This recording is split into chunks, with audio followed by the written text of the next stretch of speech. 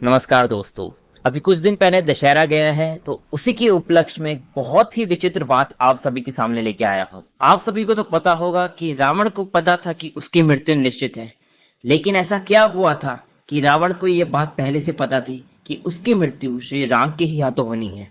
आप ये भी जानते होंगे कि रावण महादेव का सबसे बड़ा भक्त था, लेकिन आप ये सुन के हैरान होंगे कि रावण महादेव से पहले श्री राम यानी श्री विष्णु भगवान का भक्त था।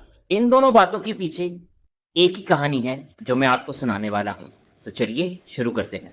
तो ये बात उस समय की है जब रावण और कुंभकर्ण राक्षस नहीं देव हुआ करते थे और उनका नाम था जय और विजय। जय और विजय वैकुंठ जो कि भगवान विष्णु का निवास स्थान है, वो उसके द्वारपाल थे, यानी कि गेट कीपर। एक दिन ऋषि मुनि भगवान विष्णु से मिलने वैकुंठ आए, लेकिन वैकुंठ के द्वार पर जय और विजय खड़े थे। उन्होंने ऋषि मुनियों को ये कहकर अंदर जाने से रोक लिया कि भगवान विष्णु अभी विश्राम कर रहे हैं और आप उनसे अभी नहीं मिल सकते। इस बात से क्रोधित होकर ऋषि मुनियों ने जय और विजय को राक्षस बन जाने का श्राप दे दिया। श्राप मिलने के पश्चात जय और विजय भगवान विष्णु के पास गए और अपनी व्यथा बताई, जिसको सुनकर भगवान विष्णु बोले, तुमने जो पाप किया है इसकी सजा तो तुम्हें मिलेगी ही, क्योंकि ऋषि मुनियों का श्राप वापस नहीं हो सकता। लेकिन क्योंकि तुम्हें अपनी इस गलती का पश्चाताप है तो मैं तुम्हें इसे सुधारने का मौका दे सकता हूँ। ये कहकर भगवान विष्णु ने जय और विजय के सामने दो बातें रखी। पहली बात ये थी कि उन्हें 3 जन्म राक्षस बन के लेने पड़ेंगे, जिसमें उनका वध स्वयं श्री विष्णु भगवान करेंगे।